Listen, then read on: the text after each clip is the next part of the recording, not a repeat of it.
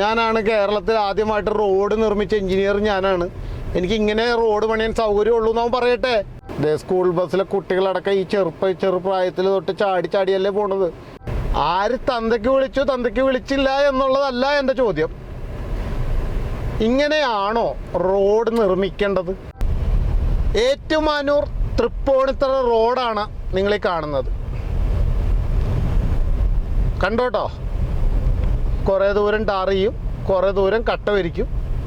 കട്ട വിരിച്ചിട്ട് ഒരു ചാട്ടമുണ്ട് പിള്ളേച്ചത് ഇങ്ങനെ വന്നിട്ട് അടിക്കണത്.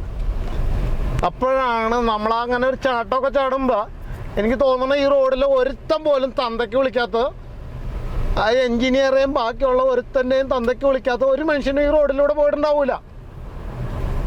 എത്ര അറിയാൻ പാടില്ലാത്തവനോ അല്ലെങ്കിൽ പറയാൻ പറ്റാത്തവനോ അവന് മനസ്സിലെങ്കിലും പറഞ്ഞിട്ടുണ്ടാവും. ഒരു തവണയെങ്കിലും അവൻ്റെ തന്തയ്ക്ക് വിളിച്ചിട്ടുണ്ടാവും. ആര് തന്തയ്ക്ക് വിളിച്ചു തന്തയ്ക്ക് വിളിച്ചില്ല എന്നുള്ളതല്ല എൻ്റെ ചോദ്യം. ഇങ്ങനെയാണോ റോഡ് നിർമ്മിക്കേണ്ടത്? ആണോ?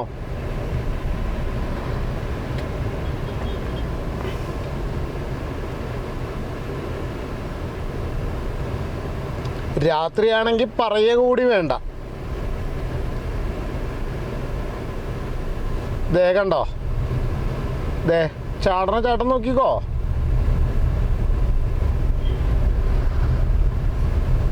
റോഡിൻ്റെ എൻഡ് നോക്കിക്കോട്ടോ. ഇതവിടെ നിന്ന് ഓപ്പോസിറ്റ് വണ്ടി വരുന്നുണ്ട്. കണ്ട ചാടണം. കണ്ട വണ്ടിയുടെ ഷോക്ക് അബ്സർ ഉണ്ടോ എന്ന് ടെസ്റ്റ് ചെയ്യാനാണോ അത്? ആണോ? അതോ രാത്രി മറ്റേ ഒരു അത്യാവശ്യം വേഗതയിലൊക്കെ അവനവൻ അപ്പുറത്തെ വീടിൻ്റെ മതിലും ഇരിക്കട്ടെ എന്നുള്ള എൻജിനീയറുടെ വാശിയാണോ?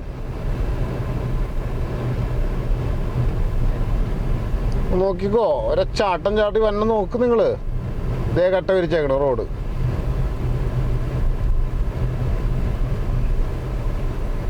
വാരിക്കുഴി ഒരുക്കി വെച്ച് വീഴിക്കണത് പരിപാടിയാണ് എൻജിനീയർ കാണിക്കണത്.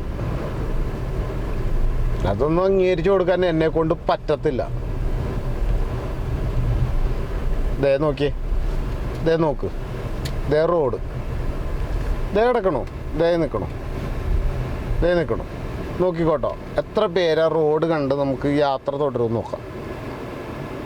വന്നവനൊക്കെ അവിടെ വീഴും. നോക്കിക്കോ, വീഴില്ല, ചാടും. കണ്ടോ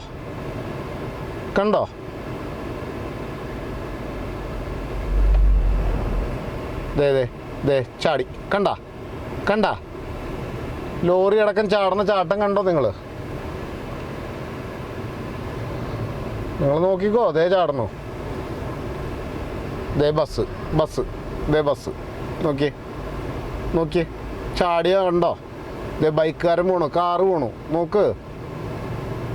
നോക്ക് നിർത്തിപ്പോയി. നോക്കിക്കോ. തിരിച്ചിങ്ങോട്ട് വരണം അതേപോലെ തന്നെയല്ലേ. ഈ ഒരു 40, 50, 60 ചാടുമ്പോ ഹമ്പ് പോലെ ചാടണം. നോക്ക് കണ്ട വണ്ടി തെറിച്ച് ഇത് ചെയ്യുമല്ലേ ചെയ്യണത്. ഇതിൻ്റെ എൻഡിലേക്ക് നിങ്ങൾ നോക്ക്. ഇതിൻ്റെ എൻഡ് നിങ്ങൾ നോക്ക്.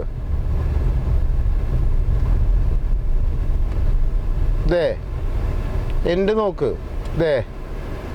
ചാടുന്നുണ്ടോ നിങ്ങൾ നോക്കിയൊന്ന്.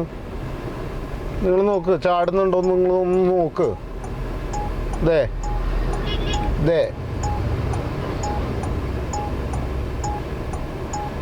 ചാടുന്നുണ്ടോ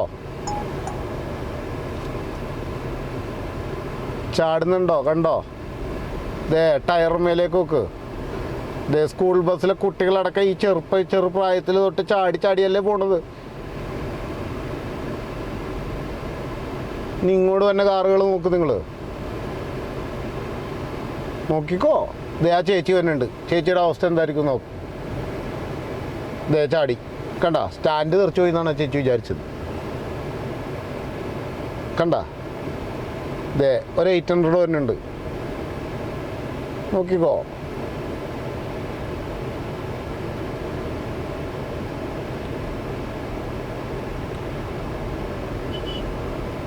ഇതിന് കുറേ നിയമവശങ്ങളുണ്ട്.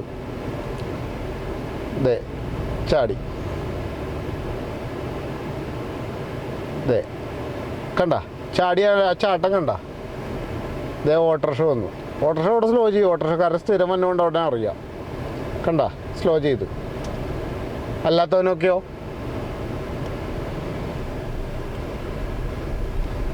കണ്ടോ, വാഹനം തകരാറിലാവും, ആളുകളുടെ നടുവ് പോകും, ഇതെല്ലാം ചെയ്യും. അതുകൊണ്ട് തന്നെയാണ് ഞാൻ പറഞ്ഞത്, ഈ പറയുന്ന എഞ്ചിനീയർക്കെതിരെ കേസ് കൊടുക്കുമെന്നുള്ള എൻ്റെ നിലപാട് ഞാനിവിടെ വ്യക്തമാക്കിയത് അതുകൊണ്ടാണ്. കൊടുക്കണം പിള്ളേച്ചാ, കൊടുക്കണം. കേസ് കൊടുത്തേ മതിയാവും. അല്ലെങ്കിൽ ഇത് ഇനിയും നമ്മൾ മിണ്ടാണ്ടിരുന്ന നമ്മൾ പൊട്ടന്മാരാവുകയും അവന്മാർ ഭയങ്കര വിവരമുള്ളവനാണെന്ന് അവൻ വിചാരിക്കും.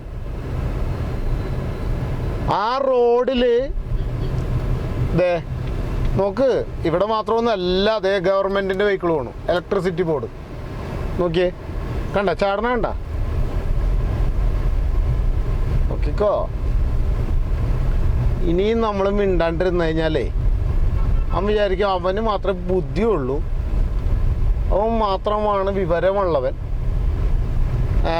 ഞാൻ എങ്ങനെ പണിതാലും ഒരു തെണ്ടി എന്നോട് ചോദിക്കാൻ വരില്ല എന്നുള്ള അവൻ്റെ അഹങ്കാരമാണ് ആ കാണിച്ചത്. അതെനിക്ക് അംഗീകരിക്കാൻ പറ്റുമൊന്നുമില്ല. കേസ് കൊടുക്കും എന്നുള്ളത് എൻ്റെ നിലപാടാണ്.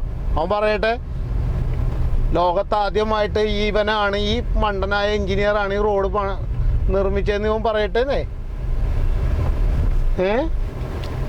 ഞാനാണ് കേരളത്തിൽ ആദ്യമായിട്ട് റോഡ് നിർമ്മിച്ച എഞ്ചിനീയർ, ഞാനാണ്, എനിക്ക് ഇങ്ങനെ റോഡ് പണിയാൻ സൗകര്യമുള്ളൂ എന്ന് അവൻ പറയട്ടെ. അന്ന് ഞാൻ അവനെ കാണിച്ചു കൊടുക്കും, അവൻ എന്താണ് നിയമം എന്ന് അവനറിയും.